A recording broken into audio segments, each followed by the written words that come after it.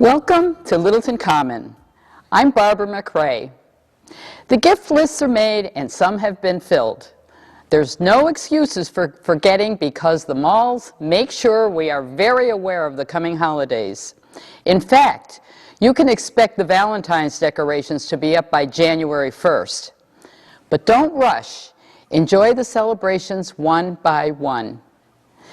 And if you want to begin by coming into the COA Multipurpose Room at noon on December 2nd and enjoy a pizza party hosted by Fire Chief Scott Wadzinski, Deputy Chief Tom Clancy, and all the great firefighters from the Littleton Fire Department. And after lunch, for those of you who are doing crafts at the council, there will be a fresh greens arrangement class. Sharon Corbin will help you create something to enjoy during the holidays. Bring your own container, scissors, or pruning shears, and all other materials will be supplied. The cost is $3 for a donation. But please remember to sign up for both the pizza party and craft class so they can have an accurate account and have enough food and craft supplies. The number to call is 978-540-2470. Are you looking for a special gift? Well, stop by the Littleton Holiday Bazaar at the middle school on December 5th, when crafters will be showing their wares. The Garden Club, Rotary, COA's Loving Stitches Group, Historical Society, and the churches and schools will all be there to help you with your choices. It's also a great time to see people you haven't seen in a while and watch the Boy Scouts take pictures of Santa with your children or grandchildren. That's the middle school, December 5th at 9 a.m. to 3 p.m. Continue the Christmas spirit the next day by bringing the family to Littleton Common to watch the annual tree lighting, and it's co-sponsored by the Littleton Rotary and the Electric Light and Water Department. The fun will begin at 4:30 p.m. when we will hear songs of the season by members of the Neshoba Valley Chorale. You will be able to personalize an ornament provided by the Rotary Club, and that you can hang it on the tree on the common. How fun is that? Be there when Santa arrives at 5:15 on a fire truck to light the tree and say hello to the children.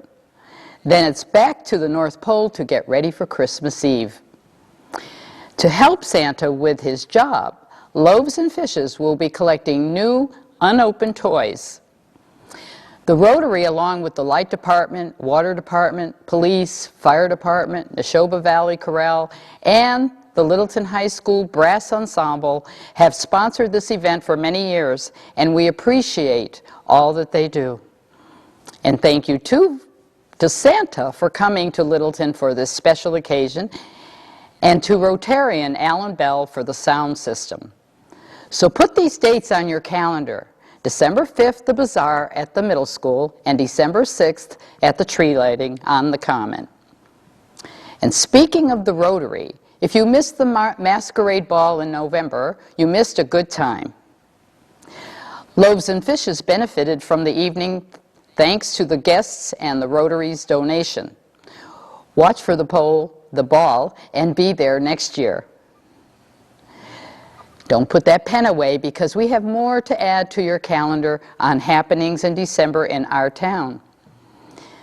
It's back to the Multipurpose Room on December 9th for our annual Thrift Shop Fashion Show.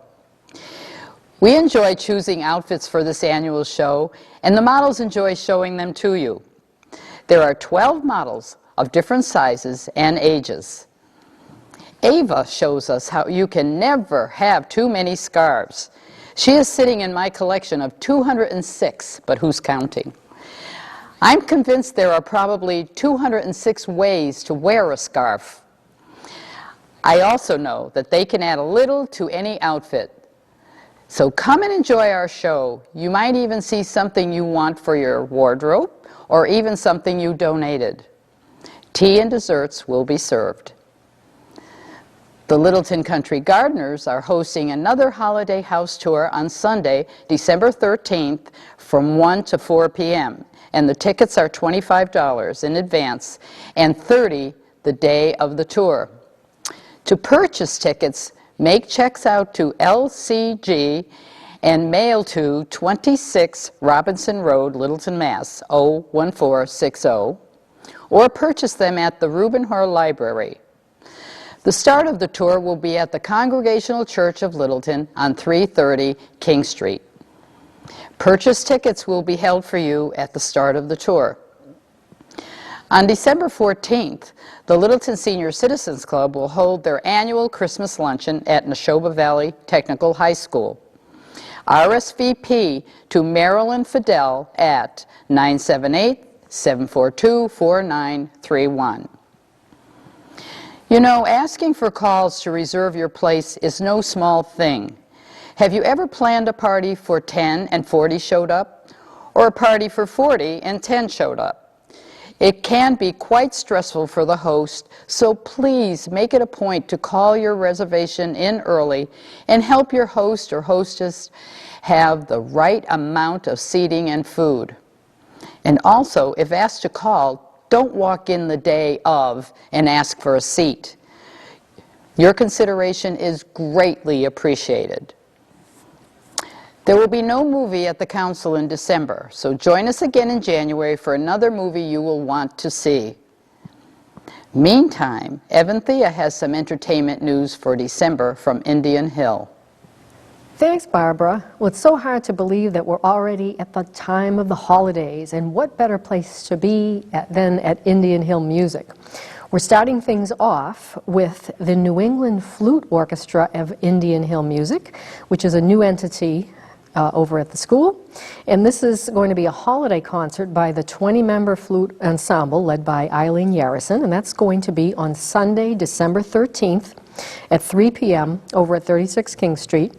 And the flute group will be doing some seasonal classics like Bizet's Farandole. You would recognize that if you heard it. Some holiday favorites and also some new music for flute. So that's Sunday, December 13th at 3 o'clock p.m.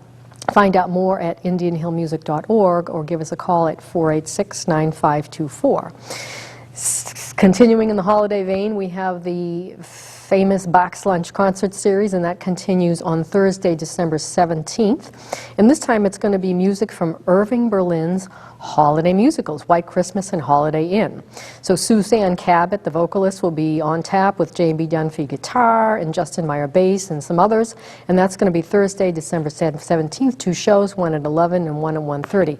And that's going to be probably a sold-out show, so if you're interested, give the school a call at 486-9524 to find out more if you can get in. Family Holiday Sing-Along will be the next event, and that is Saturday, December 19th at 10 o'clock a.m., and that's our annual event for young families where you can come on in and sing, dance, play instruments, and celebrate the songs and stories of the season. So another really fun holiday event over at Indian Hill. You can always sign up for music lessons, all ages, all styles, all levels. Check it out, indianhillmusic.org. And we'd love to see you over at Indian Hill at any time. Thank you, Evanthea. The Westford Council on Aging is planning a New Year's Day trip to the Hilton Doubletree in Leominster on Thursday, December 31st. The Best of Times is presenting a cabaret show featuring Jan Peters and a music celebration of popular Broadway tunes. There will be dancing to the Tom Lamarck Orchestra. Baked squad or prime rib roast will be served. But you have to call the Westford Council on Aging for more information, and that's at 978-692-5523. New residents in town are looking for 2 to 3 people to play a new card game called Pitch. This is an American trick-taking game derived from an English game of all fours. If you're interested, call the COA at 540-2470. The Primetime Trekkers, a new walking club, has become very popular. This club is an offshoot of the Primetime Kayakers. They have come out of the water and onto the trails in Littleton and surrounding towns. 30 people have signed up and can choose the dates and trails they would like to walk any Thursday afternoon. The trails have been chosen and maps made. So call the Council on Aging office to sign up and get more information. Fresh air and friends, what better way to spend the day? Park and Rec has news to share, and here are Kevin and Aaron with that. Thank you, Barbara. My name is Kevin, and this is Aaron, and we're from Littleton Parks Rec Department. We have a few great classes and programs coming up for the month of December. We're going to start off with the holiday fabric postcards. Students learn how to use small pieces of fabric to create unique and personalized works of art. That's on 2 Tuesdays, December 1st and the 8th from 7 to 9 p.m. $50 for residents, $53 for non-residents. We have Move It, Roll It, Take It, Know Your Employer Retirement Plan Options and Learn. Thursday, December 3rd from 7 to 8:30 p.m., $20 for residents, $23 for non-residents, and $5 for seniors. We have our Holiday Gifts, Ornaments, and Cards class. That's for ages 6 and up. Take this time to do some shopping while your child creates special holiday-themed gifts, ornaments, and cards. That's on Saturday, December 12th from 10 a.m. to 1 p.m., $45 for residents, $48 for non-residents. Our Holiday Helper program has started. Pick up an ornament from our giving tree at the Recreation Department in Town Hall now through December 11th. Each ornament has a Littleton child's wish on it for the upcoming holiday season. Gifts range from $5 to $50. Bring your unwrapped gift item with the original ornament attached on or before Monday, December 14th by noon. And our Winter Shore is going to be coming out in the first week of December, so look out for that. And have a great holiday and a Happy New Year. There is always something to do at the library, and Sam will tell you more about that right now. Thanks, Barbara. And here's a sample of what's happening at the Reuben Hoare Library in December. Please remember to check the library website at littletonlibrary.org to sign up or for any changes in the schedule. On Tuesdays, join us for Yarn Overs, a free knitting crocheting group for Littleton and the surrounding community. Any and all skill levels are welcome. This program takes place in the library Cooper Room at 7 p.m. Wednesday mornings at 11, join Mrs. Haddock for story time in the children's room. Mrs. Haddock will read stories to children ages 3 to 5. Be sure to stop by to make some new friends and to read some new books. The first Wednesday of every month is the Young Adult Gaming League at 6:30 p.m. Teens are invited to take part as we play an assortment of tabletop games, or feel free to bring your own games, including laptops and portable systems. PJ Storytime with Mrs. Sill takes place on Wednesday nights at 7 p.m. in the children's room. Come and listen to Mrs. Sill read some great books. You can wear your PJs to this fun event for kids. Thursdays in the children's room at 4:30 is after-school story time. For those in kindergarten to 3rd grade, Mrs. Haddock will read some longer picture books and sometimes a really good chapter book. You don't need to register, just drop in. Lego Club for 6 to 10-year-olds meets on Tuesdays this month at 3:30 p.m. in the Cooper Room. Please check the library calendar for more information. Come in and play with our thousands of Legos. You can create what you want or work together to create larger projects. On December 10th at 1:30, join us for Sing and Play in Spanish Playgroup. All songs, stories, and conversations will take place in Spanish. We have a movie matinees for kids on early release days at 2 p.m. Check the library website or Facebook for more information. Join us for Star Wars Return of the Jedi on December 10th at 7 p.m. before the new film comes to theaters. This film is free and open to the public. Please sign up on the library website. The library will be closed on December 24th and December 25th in observance of the Christmas holiday. We will also close at 5 p.m. on New Year's Eve and be closed all day New Year's Day. The Friends of the Library can always use your help with book sorting, donated books for their book sales. They usually meet the 3rd Sunday of every month in the Cooper Room at 1 p.m. There's a great opportunity to receive credit towards your volunteer requirements. If you're interested in becoming a friend of the library, please stop by the library to learn how. They are always looking for new members. Don't forget, we also have several museum passes available to many local museums and events. Visit the library website to reserve yours today. Thank you. I hope you get to the library to see the trees that have been made and donated for a silent auction. Maybe you can find one that you would like to have. So go in and take a peek, because I know you're going to like what you see.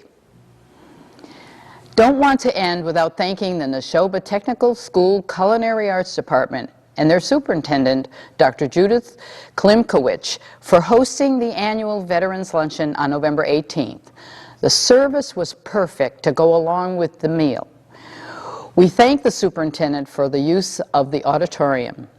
Nancy Levine presented Superintendent Klimkowicz with a certificate from the Friends of the Council on Aging for her 20 years of service. Thank you to all who helped put on that event, and a special thank you to our veterans who have sacrificed so much that we can enjoy the freedom that we have. We are hoping to invite the Culinary Arts Department to cater a luncheon at our Council on Aging kitchen in the near future. There will be one internet and computer class on December 3rd, which will be on social engineering. There won't be any other in December. This is the only one. The computer classes will start again after the first of the year. A date will be published in the senior newsletter for January and also announced on our January show. We have heard that Loaves and Fishes are there to help families in need. So please stay with us for my guests today, Patricia Stern and Scott Lewis, when they will tell us about this very special organization. But first, here is Bill Vales with Tech Talk. Thanks, Barbara. Hello, folks. Bill Vales here. This month, we're going to talk about phishing attacks, what they are, how they occur, and how to determine when an attack is occurring, and how to get out from under one. We will also show a phishing attack that recently occurred against a person I know. Phishing is a type of computer attack referred to as social engineering. A social engineering attack occurs when someone tries to get you to perform some action through psychological manipulation. It is basically a con game. The information a typical phishing attack will try to get is your credit card numbers, your bank account information, and your passwords. Phishing attacks typically occur via email being sent to victims or a pop-up message being delivered in your browser session. In either case, a message is delivered to the victim stating there is some sort of problem with an account you own or the computer that you are using. You should never, ever give out your personal information to anyone requesting it. Let's take a look at an attack that recently occurred to a friend of mine. He was using a search engine through Internet Explorer to browse for articles on a particular topic. When he found a website of interest, he navigated to that website. All of a sudden, the following pop-up notice appeared with a message stating "System Alert," a somewhat alarming notice designed to grab your attention. Now, you will notice in this alert there is a phone number, 888-712-5112. Fortunately, the person observing this message did not take the bait of calling the phone number. Instead, they copied the screen pop-ups and they contacted me. Following this first screen was a second screen that appeared to include technical information. The purpose of this second screen and the technical information is to raise the appearance that the attack has validity to it. Also on this screen, the phone number appeared again. Having seen these types of attacks in the past, I suggested that we do a search of the phone number. Sure enough, this is a well-known scam of which the phone number has been reported. The links provided through the Google search engine even provided instructions for how to remove the malware if indeed you have been infected. If we go back to look at the original pop-up display, there are other clues that are pointing to this being a scam. The title of the pop-up is very generic. It says, "Message from web page." Well, most software will figure out what browser is being run and what web page you are on. This is not to say that a better disguised pop-up would mean it is legitimate, but in this case it was a tip-off to me. Further, the grammar being used in the pop-up is less than perfect. Your browser has been affected with an adware or malware. With an adware or malware? The wording is awkward at best and further raised my suspicion. Not that I needed another clue after looking up the phone number. Now, the best way to back out of this scam was to kill the browser window or to kill the browser. And you do that with the X on the tab or the X on the browser application. Following doing this, you can then restart your browser.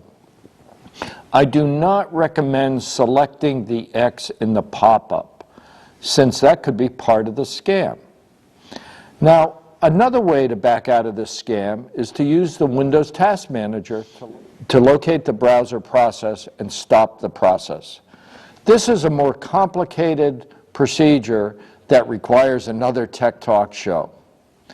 Once you delete the browser window or session, you then might want to run a quick scan using your anti-malware software to ensure you have not been infected.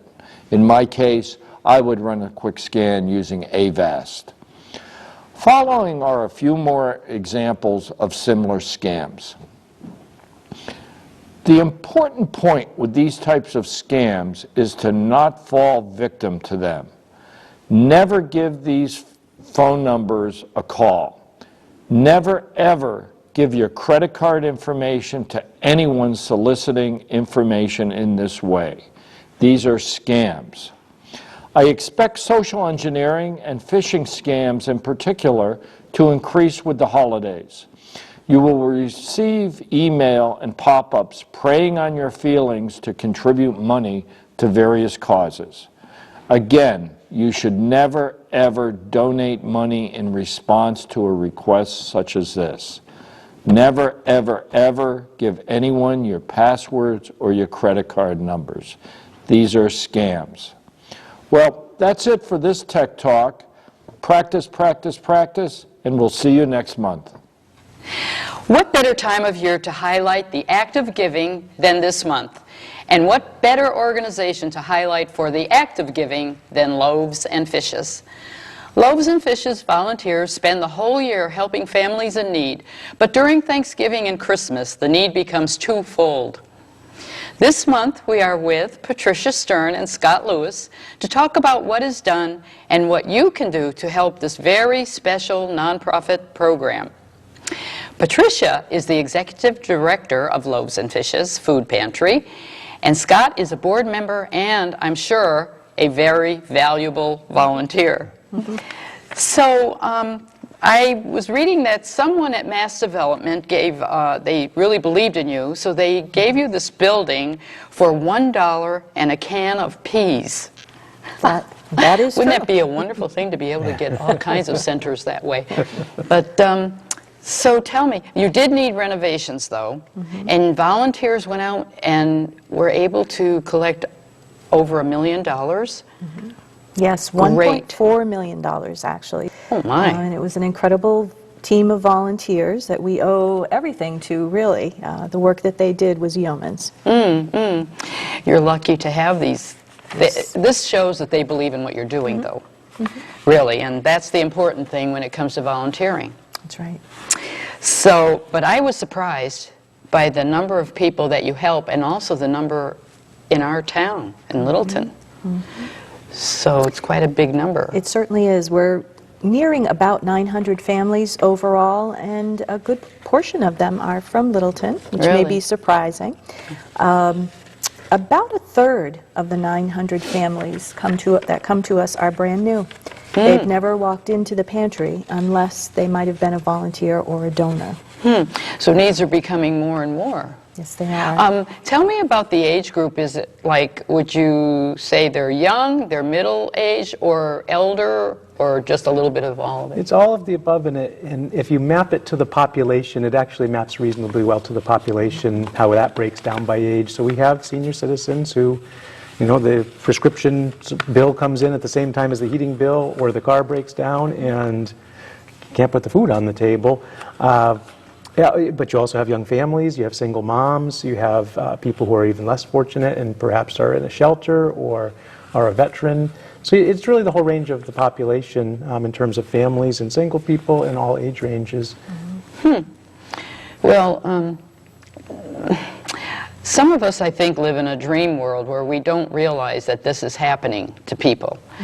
And I'm sure that some people don't know anything about Loaves and Fishes, as far as, you know, what you do and everything. So give us a little bit of background. And I mean, you've been active, not you personally, but Loaves and Fishes has been active a very long time. We have been. We've actually been in existence for 32 years, going on 33. And it began many years ago as the thought of three women who lived in Harvard, who realized that there were a lot of neighbors of theirs that were hungry. And back then, they decided to get together with a lot of civic groups and businesses supporting them, and they served 50 families a hot meal in that very first year. But it was shortly after that that they realized that there were more neighbors out there that needed help, and it was at that point that they switched to the model of a pantry, which is what we have now. So, 32 years ago, 50 families, and now close to 900. We've actually been over 900 during the height of the recession, but now we've dropped back just a tiny bit. Who we serve, they really are our neighbors. They're, as Scott said, the senior citizen, they're the single moms, the young families, the veterans. They're the unemployed, the underemployed, the unemployable that come to us. Now, how do they do this? Do they find you? Do you find them? And I'm wondering, also coming in for the first time, how they feel. You know, I think it's almost impossible for any of us to truly know how they feel, but it's pretty easy to imagine it's not an easy thing to do. And walking through the door and asking for help. And we try to make that as easy as possible. We don't put a lot of barriers in their way. We do ask them to show that they're from one of the 6 communities we serve. But really the process is intended to get them some assistance. And, you know, as I said, I can't imagine walking through that door and saying, I need the help. And there have been times in my family's history where perhaps we probably should have been walking through a door like that when I was much younger, but it wasn't something that was available where I lived at the time. And so I'm glad it's here in the community, and I do believe that it helps a lot of people. And the demographics will shift. As Patty just mentioned, the economy has gotten a little bit better, but what we're seeing is people becoming employed, but not necessarily well employed. And so they've got a job again, but it's not paying enough. Or it pays okay, but the expense, you know, personally, my health insurance just went up 18% year over year for going into next year.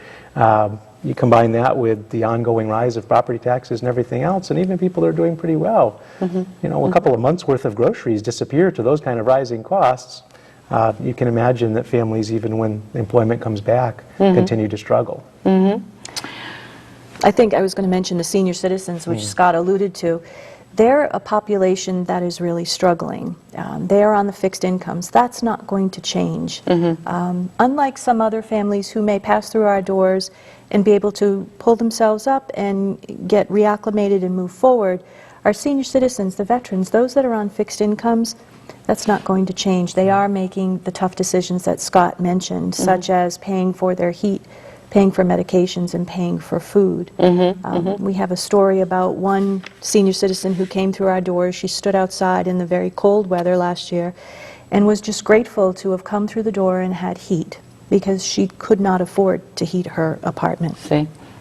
Oh, this is, you know, in a way, even working there or being a volunteer, must be hard too, because, you know, you want to help so many people and see that they get what they need.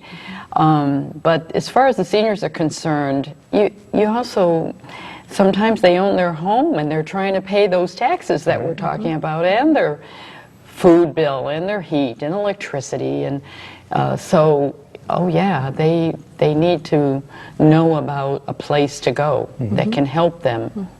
Do you have a time limit of, you know, like helping somebody? No. No. No, there is no time limit. And we've actually taken a little bit of heat because of that. Folks, the service is meant to be temporary. However, for folks who are on a fixed income, it's not going to be temporary. Their Right. situation is permanent. So we're there to help. We will not turn anyone away as long as they're from one of our 6 communities and can show a proof of residence. That's all. That's it. So they don't have to go through an outreach worker or anything like that. They just can come in and... Yeah, you know, we have a very well-run volunteer program where we do stewarding, and it makes us a little bit unique in that we do interview them on their way in, but the purpose of that is to help them find other resources that might also help them, whether it's heating oil assistance or various things that might be available from the towns they're in or from the state or other programs. It's not to screen them in or out of getting food, it's to help them in other ways, because the mission is one of temporary assistance for those that it can be that way for. Yeah. And so if we can help them find a job or find some other form of assistance that helps them with another challenge in their life, we may be able to reduce their need for food assistance over time. And that's part of what we try to do. But as Patty said, there are some for which that's not going to happen. And we don't cut them off at any point in time. So it must be good to have volunteers too that are have certain qualities that can go do this research, and also a personality that welcome and we're going to help you, you know, kind of thing. That's good. And are you looking for volunteers? We're always looking for volunteers. Right now, we're fortunate to have over 300 active volunteers. That doesn't mean that they're all there every single day. Yeah. There's many, many jobs to be done. If you think of a regular business, we have all the needs that a regular business would have. Right. Everything from marketing and fundraising, down to those that are right on the front line with our clients and helping out. We have folks that drive for us. They simply go to area grocery stores and donation drop-off locations, pick up donations, bring them back to us. Other volunteers will offload trucks for us. Others will do clerical work, support us. Those like Scott come in with a very specific skill set, such as marketing and public relations, and we tap him for that all the time. So there's a place for everybody, just about, various skills. And what about the different, you know, markets, and do people from the larger markets donate to you? Yes, they do. We are fortunate to have great support from all of the various businesses in the community. Right here in Littleton, the supermarkets, the Rotary Club. We just had a wonderful masquerade ball on Saturday, thanks to the Rotary Clubs of Littleton and Acton. Our civic groups are very active. The houses of worship are incredibly active with us. A great Littleton story is the garden at Church Meadows, which is just over the crest of the hill beyond Donlands. And they bring in several thousands of pounds of fresh produce to us every summer. That's a real success story. That's great. Sure, the Scouts, but beyond the businesses and the organizations, it's the individuals as well, the households that choose to give a bag or a can or two of groceries. Every bit helps for us. If, you know, I was out there talking to people, what would I say that, can you bring certain things to Loaves and Fishes? What are you looking for? Anything that you would use in your home, we need in our pantry. Okay. Anything shelf-stable products, fruits and vegetables that come from your gardens, perhaps. What else? We're talking in early November here, and Thanksgiving is coming, so we have some particular needs around that. It's a hard year turkey-wise because of the bird flu and other things, so we need some additional donations of frozen turkeys on the 21st and 22nd when we accept those special Thanksgiving donations, or gift cards and checks in any time that we could use to procure those. But throughout the year, it's really all the kinds of foods that you would think to use. And I should point out also on the Loaves and Fishes website, which is loavesfishespantry.org, if you go to the the donate page, the first thing on the donate menu is a most needed items list. And that's updated fairly often to reflect what we maybe are short of something, whether it's bars of soap or peanut butter or whatever it may be. You can look on that list to see what the pantry is most in need of at any time. So Christmas is coming, Yes, it is. and you'll be looking for turkeys or Turkeys and hams. hams. So, all right. So let's happen to mention that that's a good thing. Yes. If anyone out there wants to donate a turkey or a ham for Christmas, you can take it to Loaves and Fishes. And tell us where Loaves and Fishes is. Sure. We are located on Devons at 234 Barnum Road, just down from the traffic circle in Air, not too far from there. We have drop boxes throughout the community here in Littleton and you our do? other communities, absolutely, in grocery stores and banks, okay. various businesses The throughout the lobby area. of the police station here in Littleton. Oh, okay. So they can bring them to these places. All of a sudden, I was picturing a big box someplace, but you're talking. Yeah, I mean, it's wonderful when they bring them to the pantry because it saves us from needing even more volunteers to pick up food, but we understand that doesn't fit everybody's life Right. and schedule, and if they're willing to donate, we want to make that easy. So there are boxes around the community that they can drop their food in. Yeah, that's really great. Or maybe they could collect from friends and bring it too. That way you'd have, a good amount there. Yeah, it's just, I think it's such a wonderful organization that, now tell me something else. Are there more of these in the country? Are they all over the country, or does Massachusetts have the best one? Well, of course, I think we're the best one, but there are other food pantries throughout the Commonwealth, throughout the country.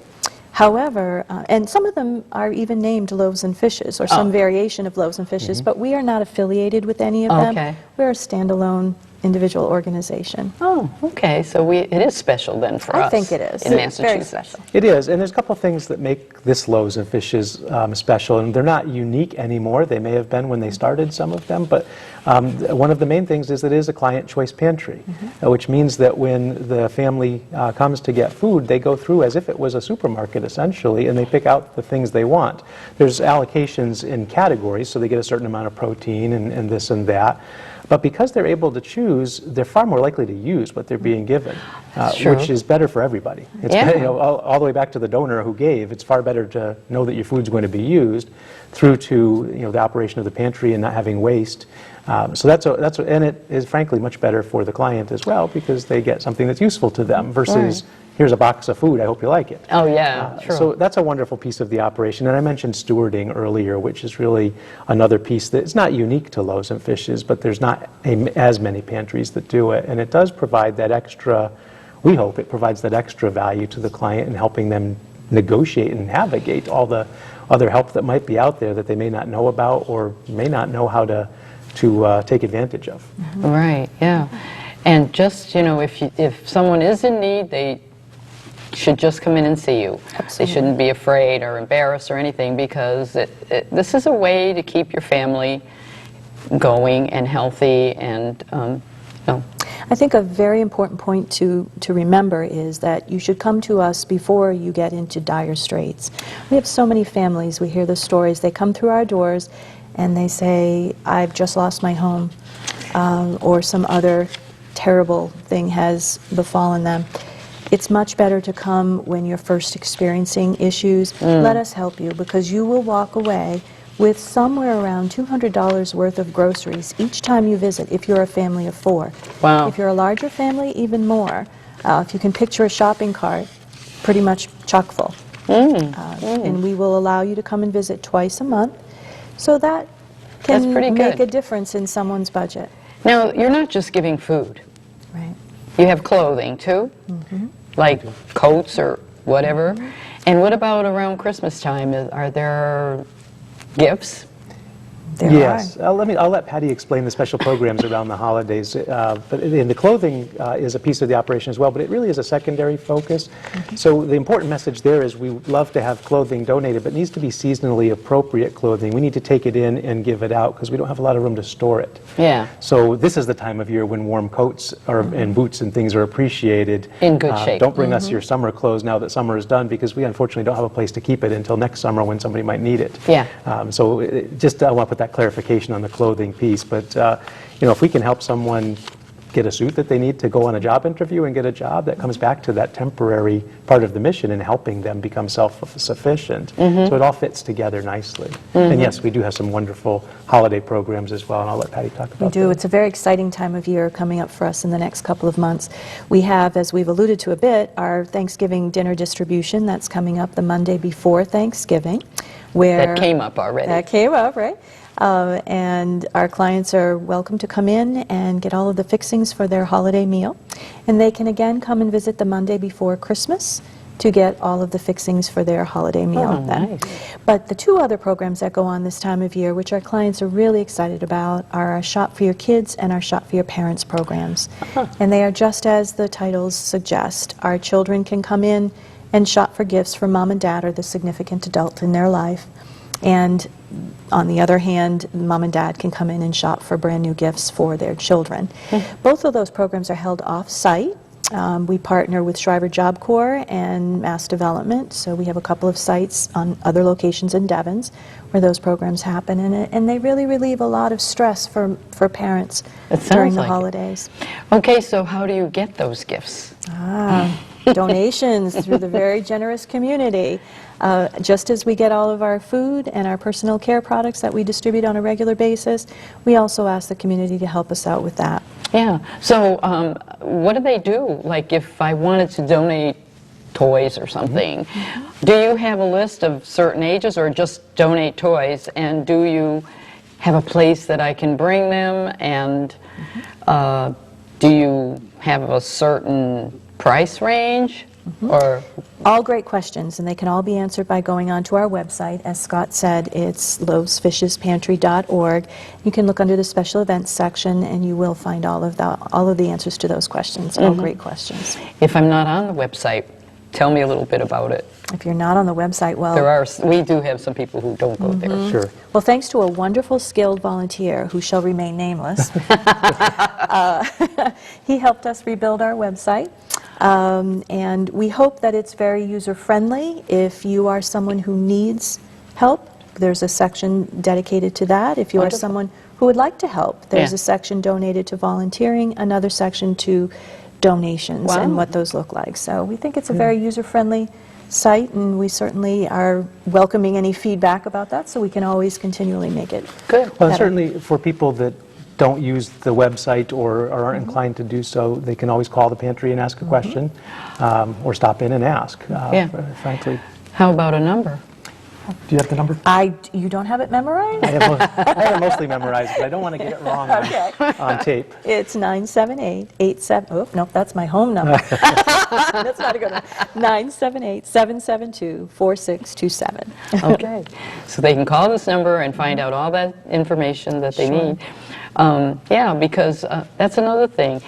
If you don't want to donate a turkey, you can donate toys for this, or even gifts for mom or dad, not just Absolutely. necessarily toys. So, yeah, I think that's a great idea, and I don't know who thought of that, but I think it's a wonderful addition to what you already do. Well, certainly, if people are struggling for food, trying to put together what we would consider a normal holiday time is a struggle.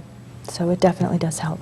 And they're amazing programs. They're run by groups of volunteers. In fact, they exist really outside of Loaves and Fishes. They're not part of the program budget. They're run by dedicated groups of volunteers who have taken over these programs and expanded them and grown them. And you would think you were in a new shopping store being set up, a new department store or something, when they're getting ready for the Shop for Your Kids in particular. But there's a lot of merchandise there. And they do break it out into different age ranges so that the parent can find the area that they need to shop in for their child. Oh, that's good. You'll see lots of toys. You'll see some winter clothes as well, because that might be the most important gift for a particular family. And in that case, it would be new clothes that had been donated either by a merchant or by individuals that bought it and donated it. But there's a good variety of things. And then there's some things to entertain the children while the parents shop. There are. I like that. What do you do if you have things left over from that? We try to pay it forward. So there are some other organizations in the area that will accept the donations if they're Good. struggling. We certainly try to do that. And we also store some of the boxes of toys that might be left over, so we have a head start for the following year. Some things are more timeless than others, but Right. a lot of things can be stored and used the next year Right, right. within the constraints of our available storage. Right. I know that feeling because we have the thrift shop and we have storage, and with the wonderful donations we get, it gets really stacked full. Yeah. Sure does. And we do try to pay it forward also by donating extra clothing to, coat drives or whatever. So there are things around here that people can use if they are in need, and they shouldn't wait, and they shouldn't not do it. Right. They should do it because it's there for them. So is there anything that we've missed that you want people to know about? Well, I think one really important thing is we are very thrifty with the donations that come our way.